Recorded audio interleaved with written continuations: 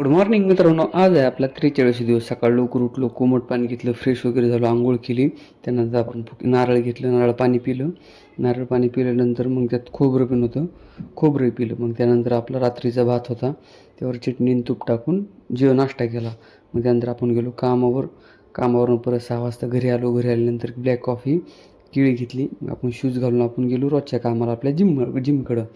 मग जिममध्ये आज आपण जाऊन मारले बायसेपचा व्यायाम केला. जिममध्ये बायसेपचा व्यायाम केल्यानंतर मग परत घरी आलो. घरी आल्यानंतर मग परत आंघोळ केली. मग पुस्तक वाचलं. पुस्तकाचे आज आपण 10 पेज वाचले. 10 पेज पुस्तकाचे वाचून झाल्यानंतर मग आपल्याला जेवण बनवायचं होतं. मग त्यामुळं मग परत आपण काय केलं, भात मी जरा जास्तच केला होता. मग भातात परत शिळ्या भातात आपण अंडे टाकले. अंडे परत त्यात तूप टाकून, हळद टाकून आपण आपलं जेवण तयार केलं. मग त्यानंतर भांडी धुवायचा कंटाळा आला होता.